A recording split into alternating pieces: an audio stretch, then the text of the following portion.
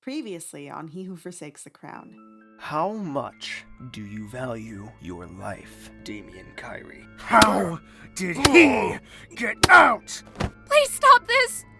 We're done! Very well. Kuro was taken by Kilahara. If you don't bring Kuro back, don't come back. Does he actually love me? You're the only woman he's ever loved. There he is. Disgusting brown water filled up the hole. Forget the target. This was our main goal. The following story contains adult themes and depictions of violence and trauma. This podcast is not for children. Please, be advised.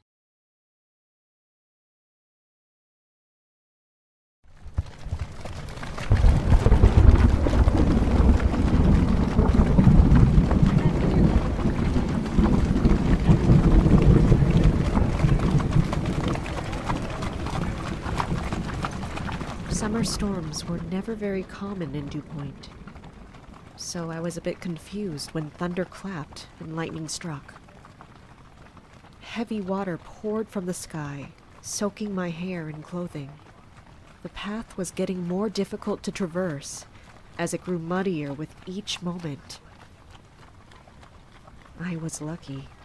I had made it to Aina. Aina was a small village on the outskirts of Dew Point. If I galloped at full speed, I'd only be a few hours from home. The trip has given me a lot of time to think. I let my fear control me. Typically, that doesn't happen. I can't let it happen again. I just needed to find a sign.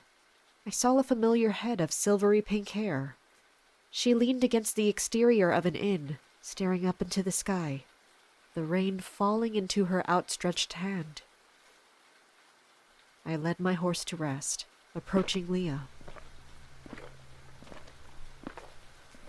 You're going to get sick if you stay out here. I feel sick every time I go inside. What are you talking about? Everyone is, well, we're a bit at odd ends at the moment.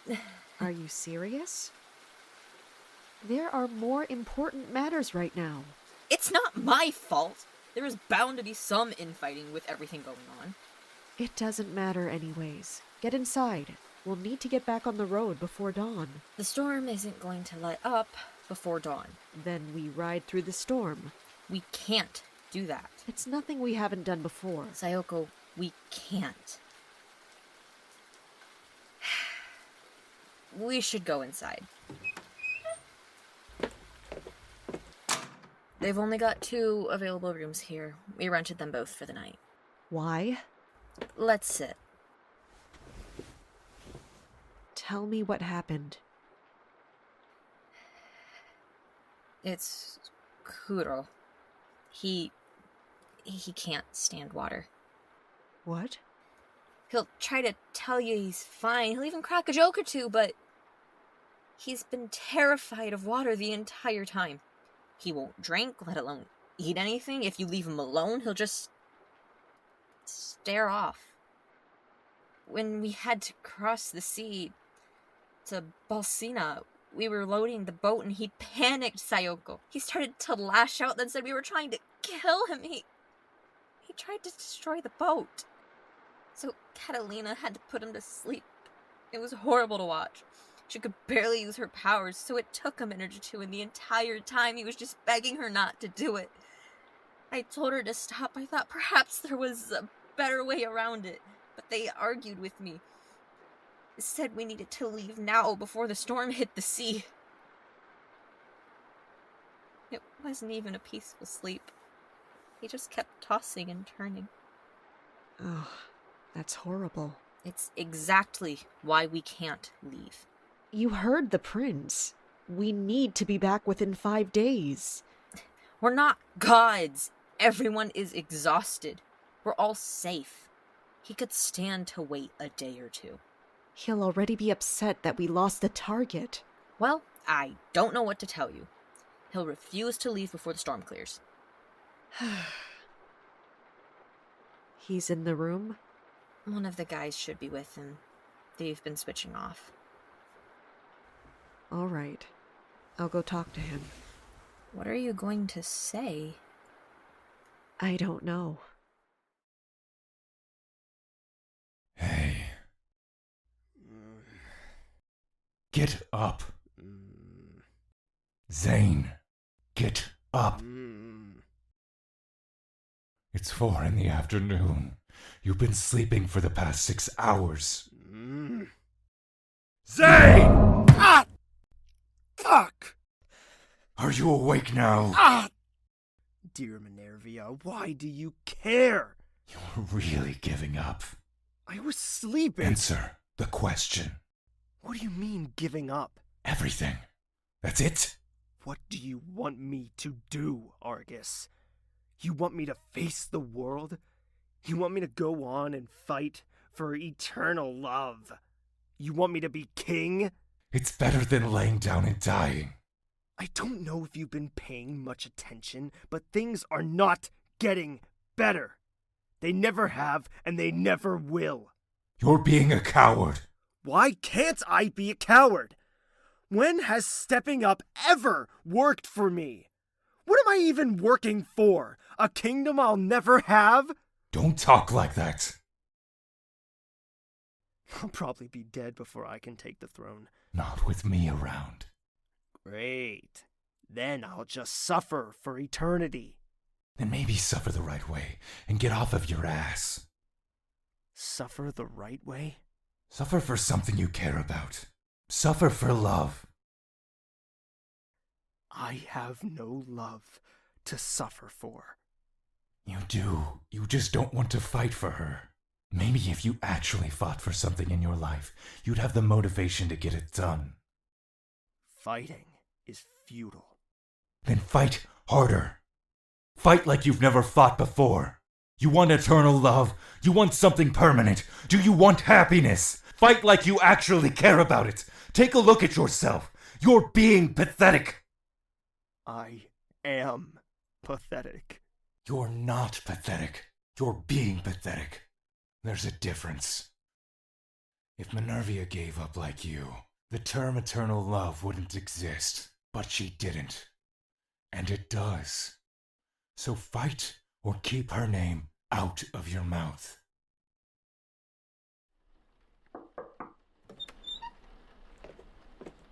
Hey, Captain. Hello. How are you feeling? Could be better. I'm a bit sore. I apologize. I wish we were home already. That way you could properly rest. You shouldn't worry about me, Cap. I'm fine. You don't have to be fine. Well, I am. You haven't been eating. I don't have much of an appetite at the moment. You need to eat. It'll help. I know he hasn't eaten in days. They were letting him starve down there. They wanted to see what would kill him first.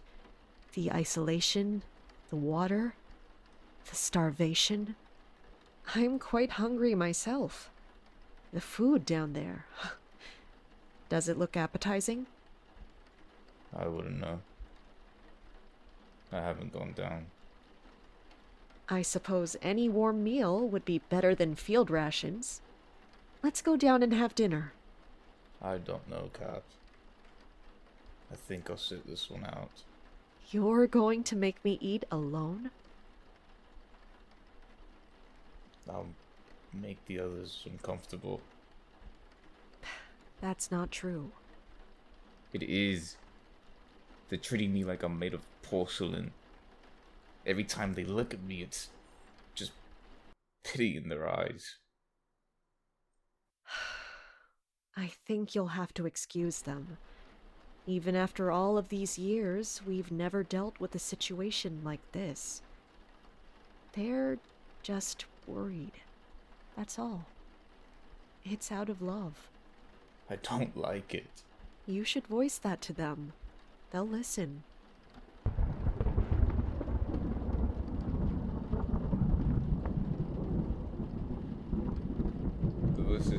Rhina gets upset whenever it storms in the summer. It'll ruin the crops. It's a detriment to the season. But I used to run around in the rain whenever it happened. I don't think I could do that anymore. You don't have to. I will, though. Eventually. I can't hide from the sky. I know it's irrational, Captain. I just don't think I can be rational anymore. It was so cold down there. For 5 days, the only thing in my sight was water. It just crept up higher and higher every hour on the hour. I thought I was going to die down there. By something as simple as water. I understand. You do? You have the right to be irrational. I'm the same. Something of a similar nature happened to me. I've never been rational about it. Even after 6 years. I let my fear control me. I have no means to judge you about yours. Oh. Captain. I get why you hate that castle so much now. It's never been a fun place. Let's go eat. Food makes us less pensive. It's been a long day. Let's end it with a meal. We aren't leaving tonight. No, it'll be too difficult to travel. We're waiting out the storm. Kuro wasn't perfectly fine. Nobody expected him to be, and we know that he can't be left alone. People handle their traumas in different ways. While I isolated myself for months, processing the things that had actually happened to me, others play off their emotions. Eventually, it all comes out. It has to. We wouldn't get anywhere otherwise. His Royal Highness will have to deal with our tardiness, because I cannot lead like him. If the prince asked it of me, I'd walk through fire. That doesn't mean I take my team along for the ride.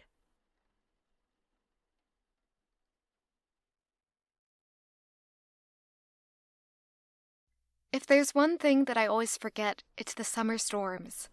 Heavy rain beat down on the castle windows, drumming in a chaotic pattern. It was midday, yet it looked like dusk was approaching. The trees swayed back and forth as the rain beat against the green earth. This weather, it makes me feel uncertain. No matter where I go or what I do, the captain's words seem to stick with me. Maybe I am being too harsh. There's a lot of things I don't really know or understand. I don't particularly like secrets being kept from me. I just want honesty. I'm tired of being lied to. If what the captain said is true, then there's more happening behind the scenes. I wasn't there when the village was set ablaze. I was only caught in the midst of it. Jacob wasn't even there. He just told me what he knew of the situation. Goddess, why is it so difficult? Zane isn't inherently bad. He's done some fairly awful things in the past. Some have been fairly forgivable. Some not. He knows right from wrong. He's told me before, he'll atone for his mistakes when he knows he makes them. That's honestly the most consistent thing I know about him. Is that why he didn't apologize? If anything, he seemed more defensive and on guard. He was so abrasive. By the God, it makes much more sense now, but it doesn't explain everything. Even if all of this passes, what will become of us? Guilty or not, will there still be a rift between us? This has been blown out of proportion. Lady Anne, Hello there. Greetings, Lady Anne of Arundel. What requires my presence, good knight? Captain Kyrie wishes to speak with you, my lady. Captain Kyrie, you say? Yes, he considers you to be quite the acquaintance. Very well. Lead me to him.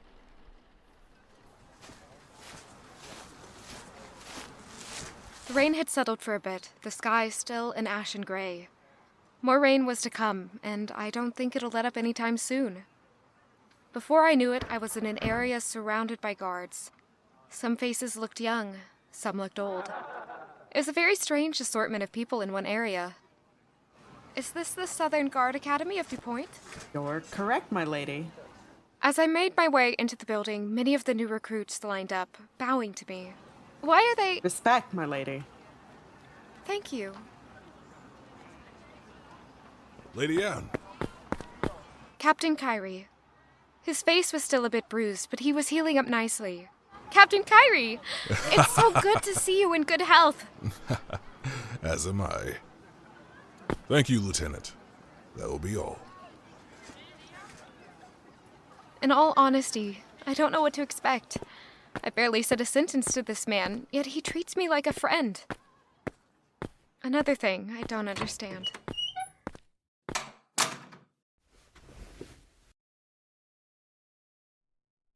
I know this is strange, Lady Anne. We've barely spoken, and I know this might seem, well, amiss. Whatever do you mean, Captain? There's no need to play dumb. You and I know what happened in his office that day. Yes, I do. I just wanted to thank you. For what? For sparing me. I shouldn't have had to. I'm aware. You and I are both aware of how the prince can be. However, not only have you spared me, you spared many others. How so? I do not know if you've heard, but I received 2 apologies from His Royal Highness, one by letter and one in person. It seems a bit excessive? In retrospect, maybe. But I've noticed something. He's changed as a person. It hasn't been very apparent recently, but he's changing for the good. He is now, is he? He came to apologize to me once before an important meeting. He seemed to regret what he did, as if he was embarrassed about what he did to me. As he should. Even during meetings, he'll try his hardest to not take his rage out on anyone in the room. He'll stoically walk out and return when he's in a calmer state. What am I to gain from this? Lady Anne, I'm not one to dive into anyone's business, but I feel like you were the one that was causing this change. Now, don't get me wrong, I'm not complaining. I think this change is great. But he hasn't been doing too well recently. Why's that? Many things are piling up on him, and he hasn't had the chance to take a break. I'm not saying that you should go see him, but I think a talk between the 2 of you might get him in the right spirits. I see, Captain. Damien. You can call me Damien. Really, Anne? Pleasure to make your acquaintance. If only speaking to a man was that simple. Tell me about it. It's just that we've been in this argument for a while, and I'm not even sure how to approach him anymore. Well, he never leaves his office.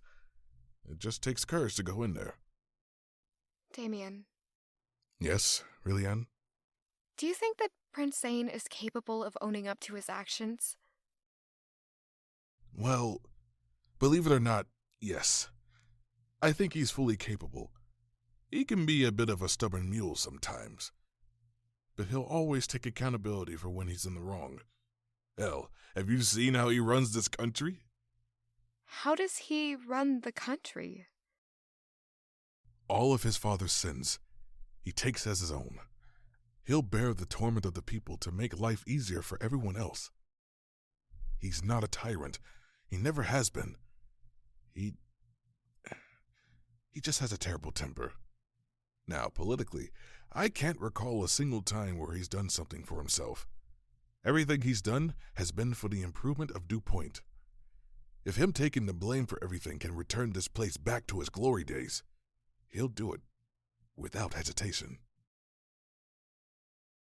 Thank you. I really needed reassurance.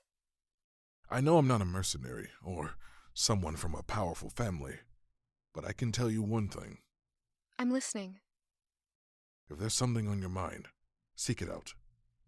You only have so long before the window of opportunity closes.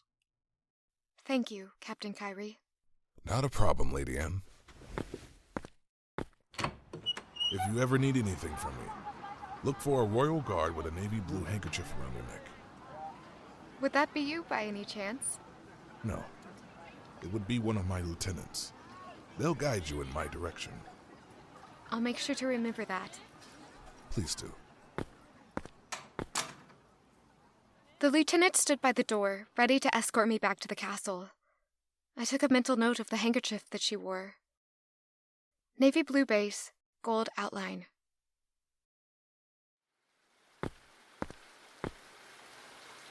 Thank you, Lieutenant. Not a problem, Lady Anne. He's right. Captain Kyrie is right. I can't let everyone decide what I can or can't believe.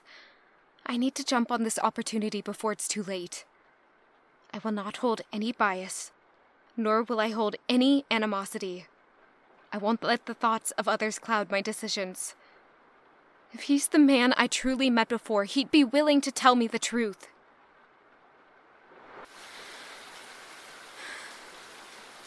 It's time.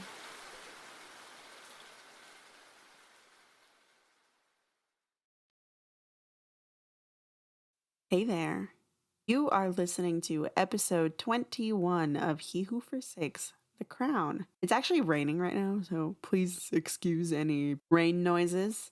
And I was considering not doing an ad break. I didn't do one last episode, for those of you who noticed. And because I was trying to figure out whether they were necessary or not. Still on the fence, but I'm going to talk this time. I wanted to let you know that next episode will be the final episode of Act 2. So season 1 will be a solid 3 acts. I don't have enough information on Act 3 yet, so I don't know if we're taking a month off. It's probably going to be a yes, but we will be here with it. And next episode's going to hurt. It hurt to write it, and it hurt to hear it at the cold read. And from the lines I've heard so far, it hurts to listen to it. You're going to love that. And I just want to take this time to give a great shout out to our voice actors because they completely make the story. And sometimes they take it in a completely different route than I had envisioned it. And it always just comes out beautifully. You know, this really could not be done without them. I encourage you to check out our website, www.chapter15studios.com, and our casting links and such to go check out our voice actors. You know, they're in other projects. They got other stuff going on. And they're really talented, stunning people. And also, He Who Forsakes the Crown is an entirely volunteer-based project. So, you know, these people take time out of their day to do this work for free, excellently. So please support them in whatever way you can. And if you're enjoying the show, please subscribe, give us a rating if you're able, tell a friend, post about us, you know, because if every single one of you got one of your friends to listen to He Who Forsakes the Crown, then we'd have twice the listeners we have now. And that would really boost my ego and raise my self-esteem. And as always, if you're not following us on the socials, we are on Twitter at CH15Studios.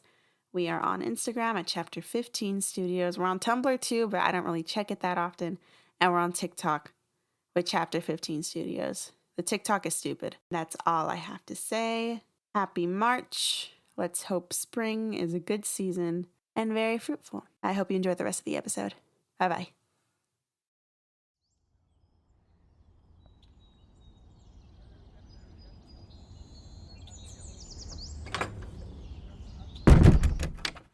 Today. Today is the day I'll finally learn the truth. Today is the day I'll get the full story. I don't want to live in darkness anymore. I want only the truth.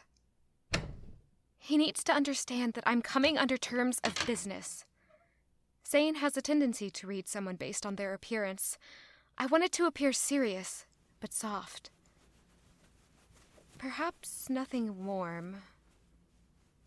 Maybe I should wear green?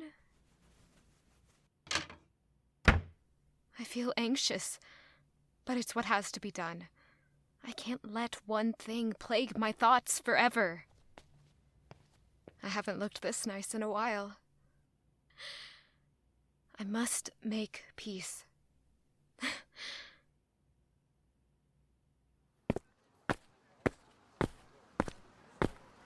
Good day, Lady Anne.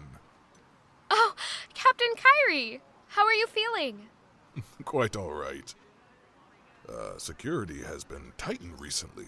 That's always good to hear. It is. Those are beautiful roses. Thank you. I bought them myself. You're going to see them? Is it that obvious? There isn't a single man who loved roses as much as the prince. Please be careful. Not that I would think that he harm you, but for your own sake. If it gets to be too much, do what's best for you. Thank you. Now, allow me to not waste any more of your time, my lady. No, you're fine. It was nice to see you, Captain. To you as well, Lady Anne. Maids dusting, sweeping, mopping. Butlers adjusting and polishing furniture. Guards littering the halls, patrolling each area. It feels like home. My home.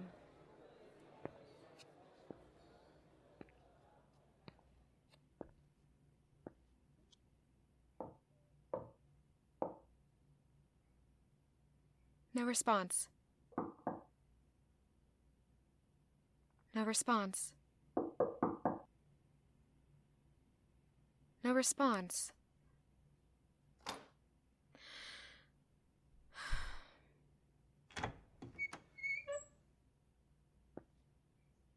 He seems so out of character.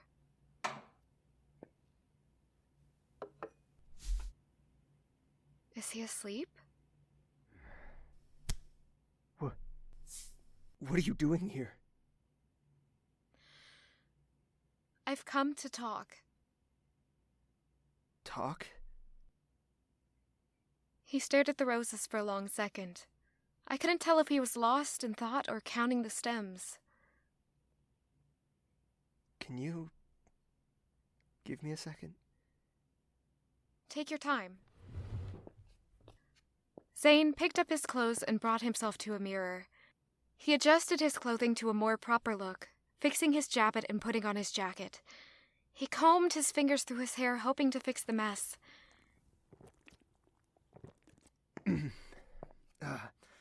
My apologies. I do not wish to seem improper. Just for me? For anyone. Listen. Look, No, I know. I understand. It was a heat of the moment thing. I didn't mean to yell at you. Things have been really stressful recently. I understand. I don't want an apology. I just want to hear the truth. The truth? I want to hear it from you. What happened that night? Would you believe me? If you can make sense of everything that I've heard, yes, I would. It all started days prior. I heard word about Wolfsbane, and I had made my way to Arendelle. I didn't really expect to get into a conflict with anyone. I just wanted to survey the area. He never really showed his face in DuPont, so I thought I'd have a better chance in a place more remote. I thought that we'd be able to capture him there and end the rebellion. However, it was a trap. I was under the impression that Lord Barhawk was going to be of assistance, I didn't know where to go or what to do. Then I ran into you. Excuse me? I was enchanted by you. This village can seem like I a forgot labyrinth who I sometimes. was, where I was, and who I am. If you'd like, I can show you around. Unfortunately, I had to remember it all when that brat came up to us. I don't know what it was, but I wanted to protect you. You shouldn't have been subjected to that sort of humility. When Lord Barhawk brought me into his manor, something didn't seem right. I had Captain and Riley with me. They hid in the shadows, following my every move. He led me to his office and shut the door behind me. He tried to sneak up from behind and strangle me, but I fought him. I fought him for what seemed like over an hour. He was able to pin me down, and he grabbed a candle from his desk to burn me. I knocked it over and kicked him in the chest. The fire started to spread onto the rug and into the walls. He got behind his desk and started throwing things at the fire, anything to fuel it. He even threw an oil lamp at me in an attempt to scald me. He was trying to kill me. I fled the scene in hopes of escaping his trap, but no. The fire started to spread throughout the entire manor and into the village. There wasn't anything I could do to stop it. He called his guards and were trying to capture me. It didn't matter if I was dead or alive. They wanted the bounty that's on my head. The bounty for the rebellion. Riley was able to fend them off, and I was forced into the forest. I'm sure no one saw me. But if my face was recognized, I would have been blamed for the fire. If I hadn't been already. I see. What about Jacob? I have his contract. Right here.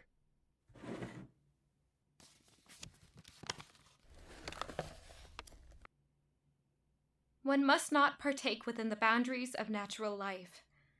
Prior families can still exist. However, newer families cannot exist. Courtship and anything of that nature will be a reason for punishment. She was right. Of course she was right. She's the captain, after all. Doesn't that seem a bit harsh? It's to protect their loved ones and their children from getting hurt. I understand, but I feel like that wouldn't change anything. How so? If you love someone, you can accept them for who they are and what they'll do. There's always a risk of danger. However, you shouldn't take away their freedom to prevent them from getting hurt. That's a choice that they should make. I see your point. Is there anything else you need to see? No, there isn't. Thank you for your time. Really, Anne, please. Just stay. Only for a moment. Look, I'm sorry for everything, but please, hear me out. I'm listening. I can't focus, knowing that things aren't all right between us. What? You hate me, don't you? No, I don't. Please, don't act so cold. I can't bear to see you go. Not when you're right in front of me. Zane, please, Every moment since then, my heart has ached for you. I can't get you out of my mind. Every waking second feels like my own personal hell. I'm sorry that I've done too much. It's selfish of me. Even now, I can't just manipulate a situation to make it work in my favor. I can't do it. Not like this. It hurts. hurts so much knowing that I lost you just because I was being selfish. I can't lose you again. Really? Please excuse me. I thought I could do this. I thought I was strong enough. I don't know.